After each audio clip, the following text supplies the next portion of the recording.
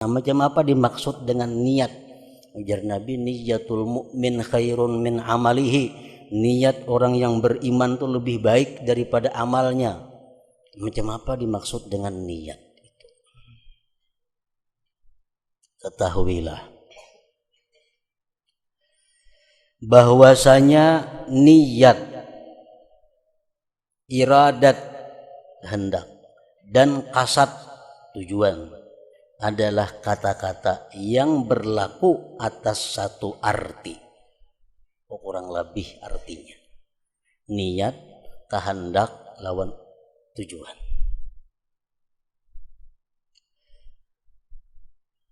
Yaitu keadaan dan sifat bagi hati. Niat itu sifat. Niat itu sifat. Niat itu ada bendanya, bukan zat. Niat itu sifat. Sifat bagi hati yang dikelilingi oleh dua hal, yaitu ilmu dan amal.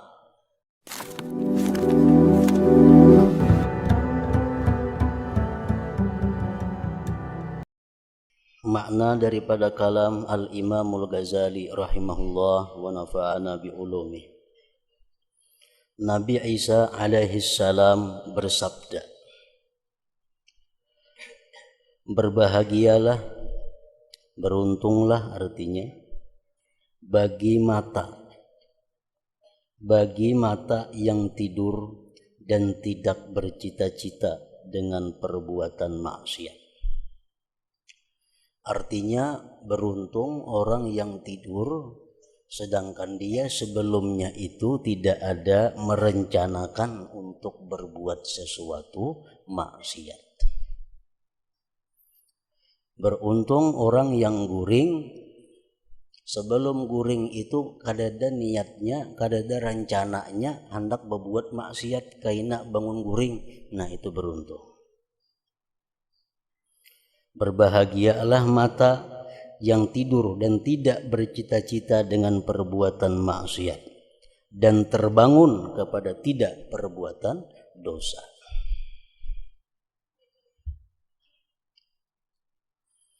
Abu Hurairah radhiyallahu anhu berkata, mereka manusia kelak akan dibangkitkan pada hari kiamat menurut kadar niat mereka.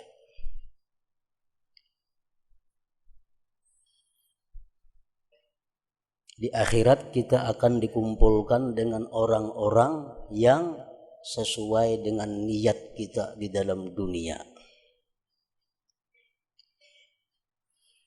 Orang yang tidur di atas tilam yang empuk, orang yang guring di tilam nang kandal lalu mati.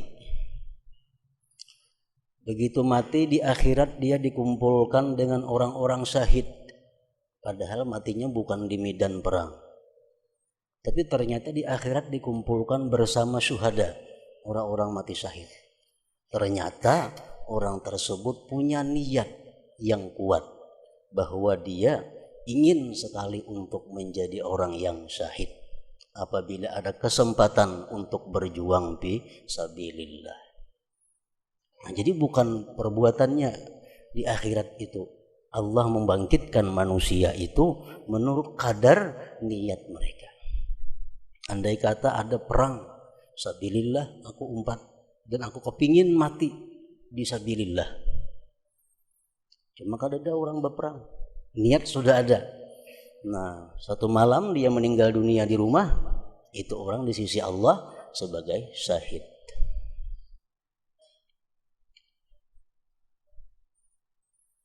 Contohnya lagi seorang perempuan yang belum kawin atau kada kawin.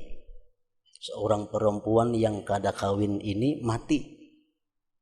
Ternyata si perempuan yang kada kawin ini di akhirat dikumpulkan Allah bersama-sama dengan perempuan-perempuan yang sangat bakti kepada suaminya. Ya, dalam dunia kada pernah kawin. Kenapa di akhirat berkumpul lawan perempuan-perempuan yang bakti lawan suaminya? Ternyata perempuannya dalam dunia dia punya niat yang kuat. andai kata aku kena dikawini orang, andai kata aku jadi bini, aku akan jadi bini nang bakti kepada laki. Orang kada tenang handaknya mati pada hulunya. Mati tadi hulu.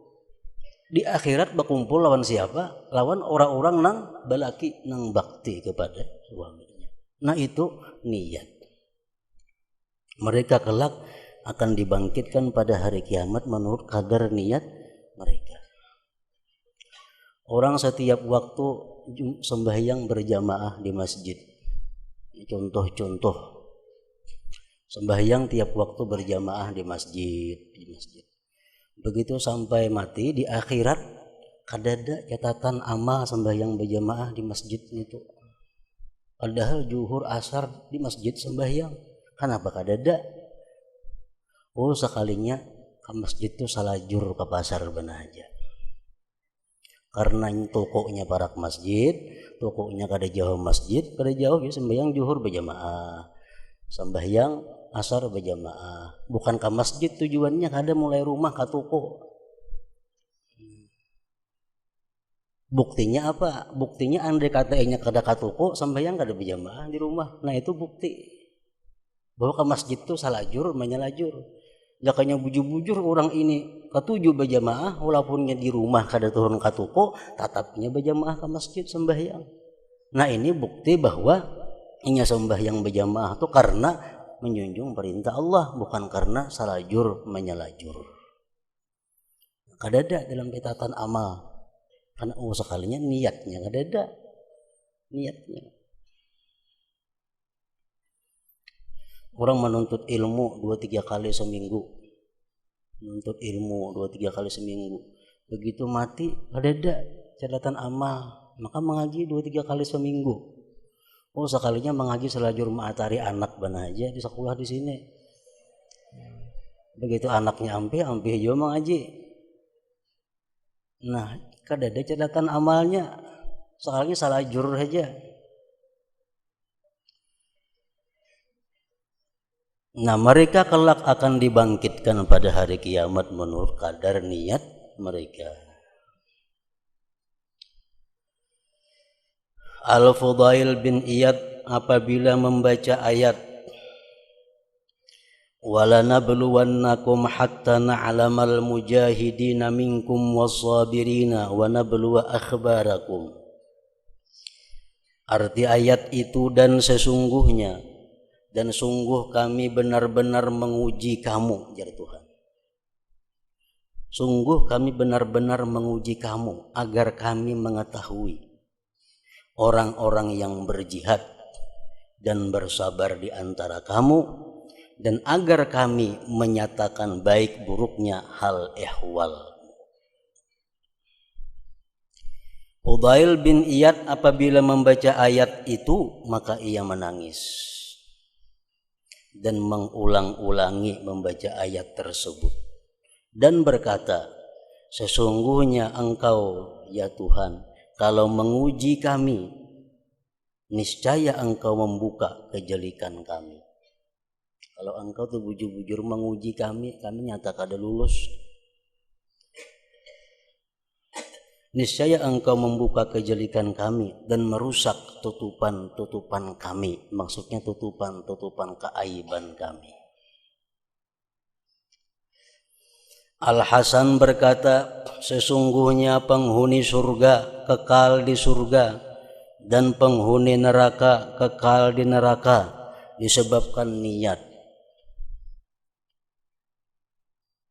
Macam kita punya niat beribadah kepada Allah, patuh kepada Allah seumur berapakah diberi Allah? Walaupun kita diberi Tuhan umur sampai hari kiamat, tetap kita patuh kepada Allah. Niat kita macam itu kan. Nah oleh karena itu kita andai kata ke surga, kita mati kekal dalam surga. Kenapa? Karena niat kita kekal dahulu dalam dunia. Nah orang-orang kafir pun macam itu juga. Orang kafir itu menyembah berhala 50 tahun, mati 50 tahun nyembah berhala. tapi di nerakanya kekal. Kenapa? Karena hatinya sudah bertunggu. Andai kata dia sepanjang masa diberi umur, dia akan tetap menyembah berhala. Jadi niat. Sesungguhnya penghuni surga kekal di surga dan penghuni neraka kekal di neraka disebabkan niat tadi. Abu Hurairah radhiyallahu anhu berkata, tertulis dalam kitab Taurat, apa yang dikehendaki keridhaanku, maka sedikitnya adalah banyak. Dan apa yang dikehendaki selainku, maka banyaknya adalah sedikit. Amal perbuatan yang walaupun kecil, tapi dengan tujuan mencari keridhaan Allah, walaupun amalnya sedikit, tapi nilainya sangat besar di sisi Allah Subhanahu wa ta'ala. Amal yang banyak, tapi niatnya karena Allah, menjadi sedikit. Dan apa yang dikehendaki selainku, maka banyaknya itu amal adalah sedikit hukumnya di sisi Allah Subhanahu wa ta'ala. Bilal bin Sa'ad berkata, sesungguhnya hamba itu mengatakan perkataan seorang mukmin, maka Allah tidak meninggalkannya dan perkataannya, sehingga dia melihat pada amal perbuatannya. Kita berkata seperti perkataan orang beriman. Contohnya kayak apa? Biar kita berkata dengan hati kita dan lisan kita, kita berkata bahwa aku andai kata mempunyai duit 100.000, maka akan aku berikan kepada orang fakir miskin 50.000 sadan aku. Nah, perkataan kita itu tidak akan ditinggalkan Allah, tidak akan dihapuskan Allah. Perkataan itu tidak akan disia-siakan oleh Allah. Bila aku dapat duit 100.000, 50.000 disedekahkan untuk fakir miskin. Nah, perkataan seperti itu, perkataan orang yang beriman, Allah tidak akan meninggalkan itu sehingga dia melihat pada amal perbuatannya. Jadi perkataan itu dicatat oleh Allah, dicatat, ditulis sampai inya kena beramal seperti itu. Apabila ia beramal dapat 100.000 duit, disedekahkannya 50.000 untuk fakir miskin, 50.000 sagan inya, maka Allah tidak meninggalkannya. Dicatat oleh Allah. Inya sudah berniat tadi, inya sudah melakukan, dicatat. Allah tidak akan meninggalkannya. Sehingga dia melihat kepada sehingga dia melihat pada waraknya. Waraknya orang ini macam apa? Waraknya orang ini macam apa? Duit yang diberikannya dari apa hasilnya? Duit yang diberikan disedekahkannya dapat dari mana? Allah selidiki itunya. Allah ketahui itunya. Apabila ia wara, ternyata duit 100.000 duit yang baik, yang halal, maka Allah tidak meninggalkannya. Allah catat lagi bahwa ini adalah duit dari hasil yang halal. Maka Allah tidak meninggalkannya sehingga dia melihat kepada apa yang ia niatkan. Nah, terakhir yang ia niatkan apa? Kalau niatnya baik, maka sepantasnya bahwa dia akan memperbaiki apa yang kurang dari yang demikian itu. Nah, jadi kalau kita berniat sesuatu perbuatan yang baik, dicatat satu oleh Allah. Begitu sampai kepada kenyataannya, kita perbuat sesuai niat, dicatat 10. Nah, 1 lawan 10. Ini jadi berhasil, jadi simpanan kita apabila kita wara. Apabila kita dalam kehidupan ini menjauhi yang diharamkan oleh Allah Subhanahu wa ta'ala. Kita berniat malam ini sembahyang 11 rakaat. Dicatat 1 oleh Allah. Sampai tengah malam sembahyang 11 rakaat. Dicatat lagi 10 oleh Allah. Apakah 1 dan 10 itu menjadi simpanan kita sampai hari kiamat kaina? Tergantung waraknya kita. Nah, kalau kita ini hidup tidak bersifat wara, artinya nang halal dimakan dipakai, nang haram mau makan mau dipakai, nang halal mau, kada ada urusan halal haram bagi orang ini sama. Bila dia wara, itu ada harapan untuk diterima oleh Allah. Bila kada wara, orang ini sebagaimana perkataan Ibnu Umar radhiyallahu anhu, "Law sallaitum hatta takunu kal hanaya wa sumtum hatta takunu kal autar, lam yataqabbalillah minkum illa bi wara'in hajiz." Andai kata kamu sembahyang sehingga kamu itu bungkuk seperti busur panah. Orang memanah tuh kan bingkuk ronan sininya. Bingkuk. Awak kita bungkuk katuhukan sembahyang. Dan jikalau kamu puasa sehingga kamu kurus kering seperti tali awak puasa, Allah tidak akan menerima yang demikian daripada kamu kecuali dengan wara. Orang wara pastikah diterima oleh Allah? Belum tentu juga. Kalau niat waraknya itu kada bujur pula. Ada orang yang wara, yang berhati-hati dengan yang haram, dengan yang syubhat, tapi niatnya kada ikhlas. Niatnya supaya dikatakan orang bahwa dia wara, supaya dikatakan orang bahwa dia apik dalam mengambil yang tidak jelas hukumnya. Nah, ini niat waraknya kada bujur. Waraknya bujur, niat waraknya kada bujur. Nah, itu pun juga kada akan dihiraukan oleh Allah Subhanahu wa taala. Nah, jadi perbuatan yang baik itu dimulai dengan niat, dikerjakan dengan penuh kewaraan, dan waraknya pun dengan niat yang baik. Jadi tiang segala amal perbuatan adalah niat. Tiang segala amal perbuatan adalah niat. Maka amal perbuatan itu memerlukan kepada niat agar amal itu dengan niat menjadi baik. Dan niat itu sendiri adalah baik. Niat yang baik itu sudah baik berdahulu. Walaupun amal perbuatan itu terhalang dengan sesuatu halangan, tapi karena dia punya niat itu sudah baik.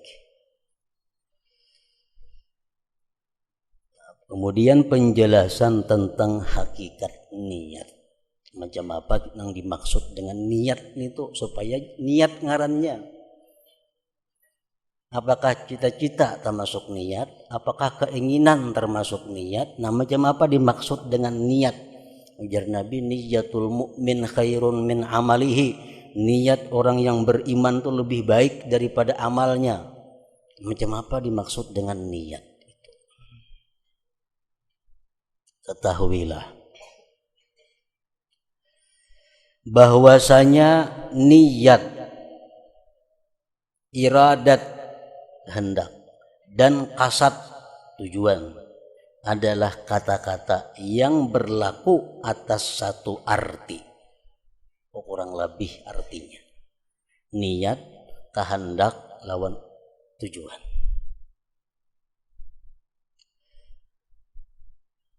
Yaitu keadaan dan sifat bagi hati.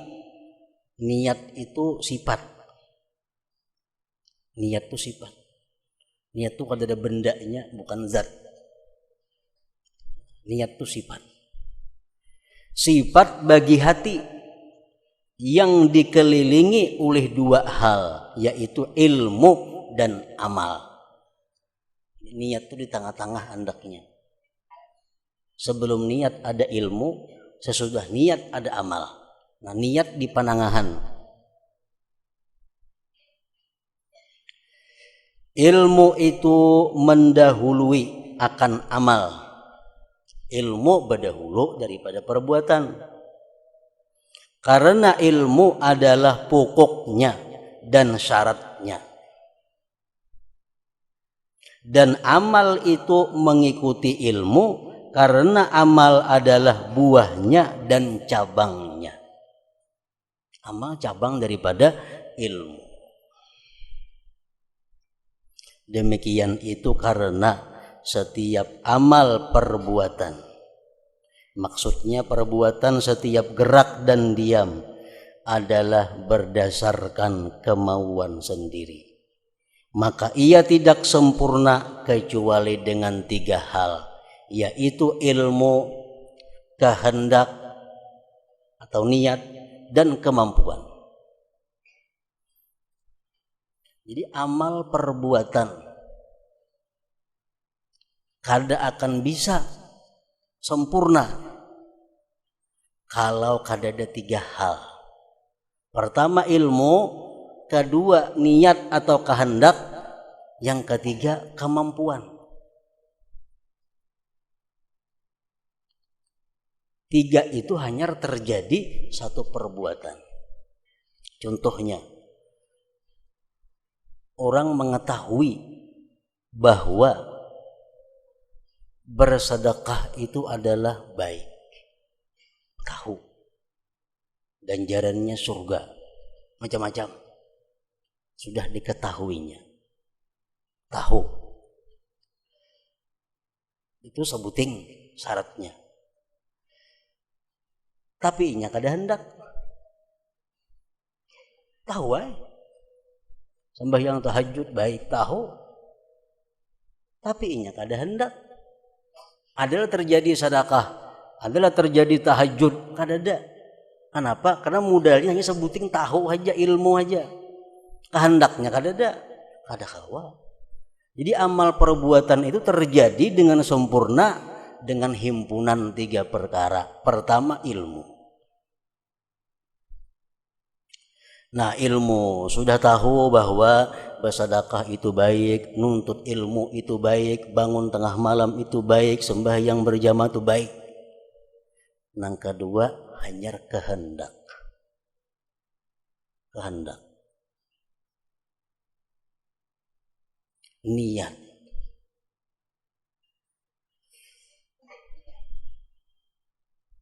Bersedekah baik.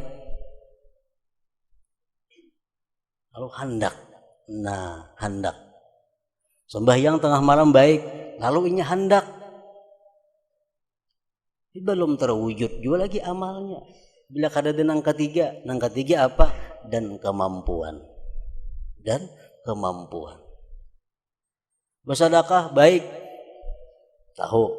Hendak benar, yang disedekahkan kada ada. Awalah, kada mampu.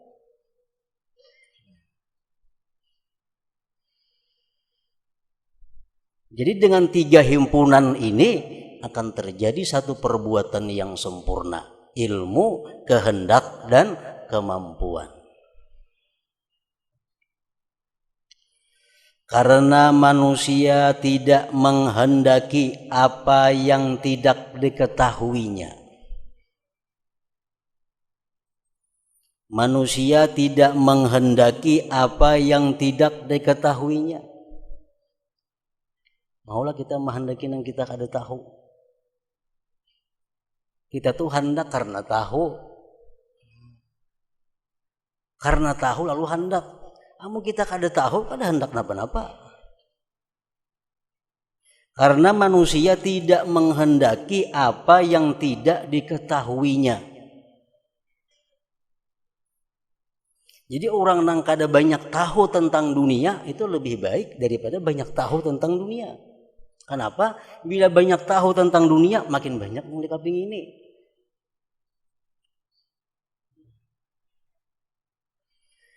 Maka tidak boleh tidak untuk mengetahuinya. Ilmu dahulu artinya.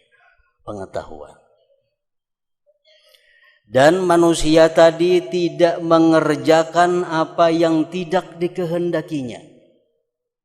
Manusia kada akan mengerjakan sesuatu yang tidak dikehendakinya.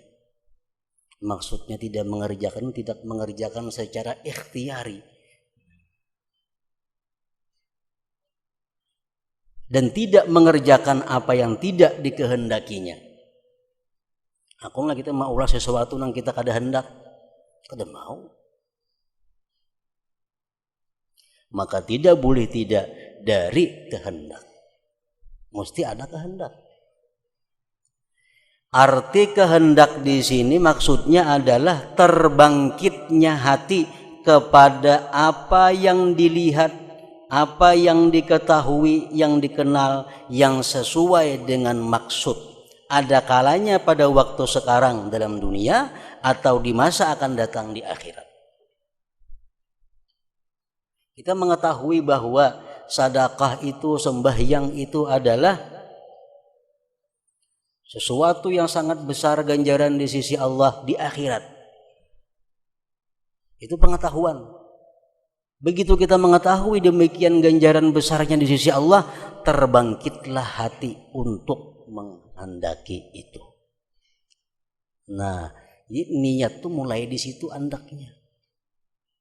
Niat tuh mulai di situ.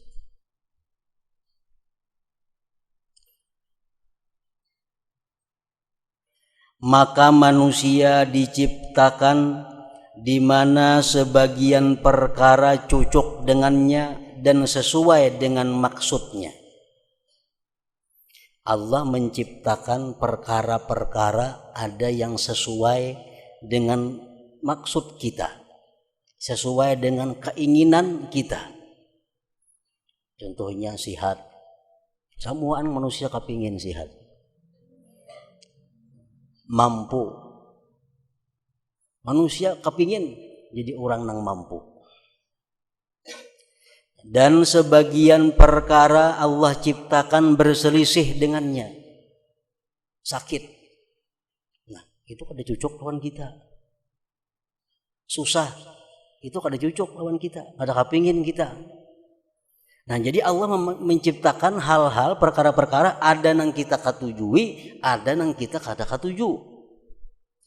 Nah, maka ia memerlukan kepada menarik perkara yang sesuai, yang cocok kepada dirinya, dan menolak yang mendatangkan bahaya yang bertolak belakang dari dirinya. Lalu si manusia ini berusaha untuk mengambil nang cocok lawan dirinya, menghindari, menjauhi nang kada cocok lawan dirinya. Manusia berusaha agar dia sihat, agar dia kaya, agar dia berilmu. Berusaha untuk menarik itu. Dan manusia menjauhi, menolak sakit, menolak bangkrut, menolak dan sebagainya kada baiknya. Maka ia memerlukan dengan pasti kepada mengenal dan mengetahui sesuatu yang mendatangkan bahaya dan mendatangkan manfaat sehingga menarik ini dan lari dari ini. Jadi manusia mesti tahu nang mana nang menyenangkan lawan inya, nang mana nang menguntungkan lawan inya, nang mana nang memberi manfaat lawan inya. Manusia mesti mengetahui itu supaya bisa menarik. Dan manusia mesti tahu apa-apa yang membahayakan lawan dirinya supaya bisa menolak, supaya bisa menjauh. Nah, jadi ilmu. Sesungguhnya barang siapa yang tidak melihat makanan dan tidak mengenalnya, maka tidak mungkin ia memakannya. Di tahun 90-an ke bawah, kita kada hendak makan Kentucky. Kenapa? Kada tahu. Pada Kentucky itu ada. Kada mengenal. Terlintas di pikiran kita aja kada ada hendak makan Kentucky, kada ada. Karena kita kada tahu pada itu makanan. Dikira ngapakah Kentucky ini tuh. Barang siapa yang tidak melihat makanan dan tidak mengenalnya, maka tidak mungkin ia memakannya. Dan barang siapa tidak melihat api, maka ia tidak mungkin lari daripadanya. Orang tuh kada tahu bahwa itu api. Api itu menghanguskan, membahayakan. Nya kada tahu. Kada mungkin lari daripadanya, kada mungkin menjauh daripadanya. Nah, maka Allah Subhanahu wa taala menciptakan petunjuk dan pengertian dan menjadikan sebab-sebab baginya, yaitu panca indera yang zahir dan yang batin. Dan demikian itu tidak termasuk maksud kami. Membicarakan masalah panca indera bukan tujuan kami di sini artinya. Kemudian jikalau ia si manusia itu melihat makanan, kita nih melihat makanan dan tahu bahwa makanan itu cocok baginya. Kita melihat ada makanan, wah ini pas ketujuh aku. Maka demikian itu tidak cukup baginya untuk memakannya. Kita tahu pada itu makanan yang nyaman dan kita hendak tamakanlah, belum tamakan lagi. Kenapa? Karena hanya tahu lawan hendak saja. Tidak cukup baginya untuk memakannya.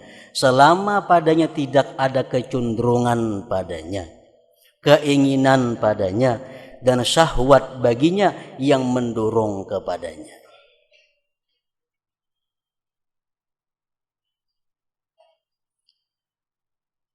Karena orang yang sakit, ia melihat makanan dan tahu bahwa makanan itu cocok, makanan itu nyaman, tahu, dan dia tidak mungkin memakannya karena tidak ada keinginan dan kecenderungan dan tidak ada pendorong yang menggerakkan kepadanya.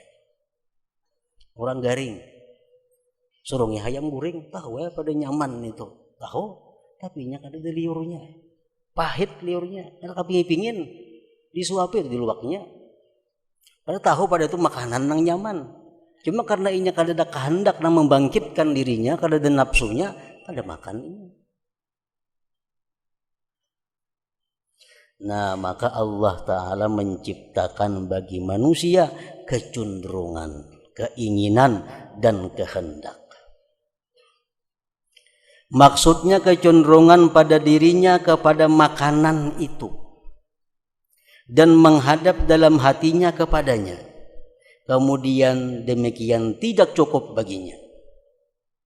Ada makanan yang nyaman, tahu kita pada nyaman, dan hendak makan ada, dorongan kuat hendak makan itu, belum tentu kita kau makan. Duitnya kada ada nukar kau lah. Beli berada melihat di warung lah, gana-gana wadai iwak, hendak duitnya kada ada kemampuan, kada kau makan. Orang garing tadi mulai kehendaknya sudah kada ada. Ada ini kehendaknya ada, cuma kemampuannya kada ada. Maka banyak sekali orang yang menyaksikan makanan, berkeinginan padanya, berkehendak memakannya, hal keadaannya lemah daripadanya karena keadaannya lumpuh umpamanya. Maka diciptakan baginya kemampuan dan anggota badan yang bergerak sehingga dengannya sempurna memakannya. Nah, itulah perbandingannya ibadah yang kita lakukan. Pertama dasarnya adalah kita mengetahui dahulu bahwa ibadah itu perlu. Ibadah itu memberikan manfaat yang luar biasa kepada kita. Dengan itu diharapkan akan timbul kita keinginan, kebangkitan hati untuk melaksanakan itu. Dan kita pulang minta kepada Allah kemampuan untuk melaksanakan ibadah itu. Nah, bila kita kumpul tiga, pengetahuannya ada, kehendaknya ada, kemampuannya ada, terlaksanalah satu ibadah, satu perbuatan. Anggota badan itu tidak bisa bergerak kecuali dengan kemampuan. Dan kemampuan itu menunggu pendorong yang membangkitkan. Kemampuan itu menunggu pendorong. Dan pendorong itu menunggu ilmu dan ma'rifat, pengetahuan atau dugaan dan i'tikad. Belirit aja itu. Kemampuan kada akan timbul kalau kita kada berkehendak. Berkehendak kada akan timbul kalau kita kada tahu. Kalau kita kada tahu. Jadi manusia-manusia yang kada beribadah itu macam-macam. Manusia yang kada sembahyang, manusia yang kada taat lawan Allah. Ada yang memang ini kada tahu. Lalu kada ada kepingin. Lalu kada ada kemampuannya. Ada yang tahu. Cuma pengetahuan itu kada sampai kepada memberikan kehendak. Kada sampai memberikan minat, membangkitkan. Ada yang tahu hendak tapi kada mampu. Nah, jadi orang meninggalkan ibadah itu salah satu antara tiga itu. Kita kada sembahyang malam, padahal tahu. Padahal hendak. Cuma bila malam teguringan, bangun siang sudah kada kawa. Ada macam itu. Ada yang memang kada tahu pada malam tu baik. Jadi kada ada minat, kada ada kehendak karena kada tahu. Macam-macam.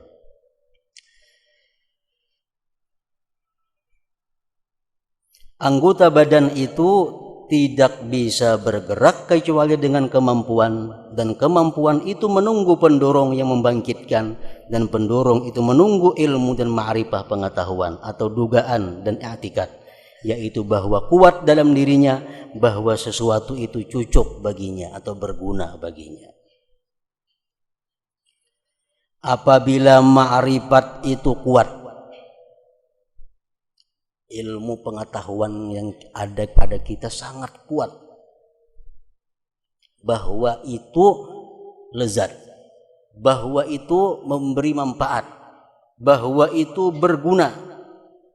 Apabila ma'rifat itu kuat, ilmu itu kuat bahwa sesuatu itu cocok dan tidak boleh tidak untuk diperbuat, dan ma'rifat selamat dari rintangan pendorong yang lain yang memalingkan daripadanya, maka bangkitlah kehendak dan terbuktilah kecenderungan.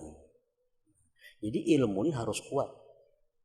Kalau ilmu bebaya kuat saja kada akan timbul pendorong. Kehendak, dorongan, kecenderungan, kemauan, keinginan kada akan timbul kalau kada pengetahuan yang kuat mendorongnya. Jadi mau ulang-ulang itu kata jadi masalah. Misalnya hadis sebuting dibaca hari ini bahwa ini baik. Mendengar dah kita tahu. Barangkali kita sekali aja mendengar itu belum cukup untuk mendorong kemampuan bangkitnya cenderungnya kita. Nah, 2 kali kita baca pulang hadis yang semalam itu menambah kekuatan ilmu supaya membangkitkan dorongan. Esok kita baca pulang hadis yang menyuruh kita memperbuat kebaikan, menambah pulang pengetahuan, menambah pulang untuk membangkitkan dorongan. Jadi dorongan itu atau kecenderungan itu, kehendak itu akan timbul bila mana pengetahuannya kuat. Pengetahuan yang kuat. Maka bangkitlah kehendak dan terbuktilah kecenderungan. Apabila kehendak bangkit, nah karena ilmunya sudah kuat, di kiri, di kanan, di muka, di belakang, ilmunya mendorongnya, timbul laluan kebangkitan, timbul kecenderungan, timbul keinginan, maka kemampuan bangkit untuk menggerakkan anggota badan. Apabila kehendak bangkit, apabila kehendak itu sudah timbul, maka kemampuan bangkit untuk menggerakkan anggota badan. Anggota badan ini akan bisa bergerak apabila didorong oleh kehendak yang kuat. Anggota badan kita bisa melangkah kalau didorong kehendak yang kuat, keinginan yang kuat. Mun babaya ingin saja kada tergerak awak. Mun babaya kapingin, babaya hendak saja kada bergerak awak. Itu ada rambutan nah, di 3 meter pada sini ada rambutan di semeja. Tahu ya pada itu nyaman rambutan. Hendak bisa dikit saja hendaknya. Kalau kuliah sama ambil tuh. Kada tak ambil 3 meter tadi. Kenapa? Kuatnya babaya hendak saja. Kalau babaya hendaknya itu kada mampu menggerakkan badan kita. Kalau kehendaknya ini kuat, jangankan 3 meter kabiraya ngaku cuman ditangi. Karena tahu pada itu nyaman, itu cocok, nah kehendaknya kuat, aku menjaga kabiraya atau kemana-mana mencari. Nah jadi kemampuan badan manusia itu ditimbulkan oleh kehendak yang kuat. Apabila kehendak bangkit, maka kemampuan bangkit untuk menggerakkan anggota-anggota badan. Maka kemampuan adalah pelayan. Kemampuan adalah pelayan bagi kehendak. Kemampuan itu susuruhan bagi kehendak. Dan kehendak itu mengikuti hukum i'tikad dan ma'rifat. Hukum ilmu artinya.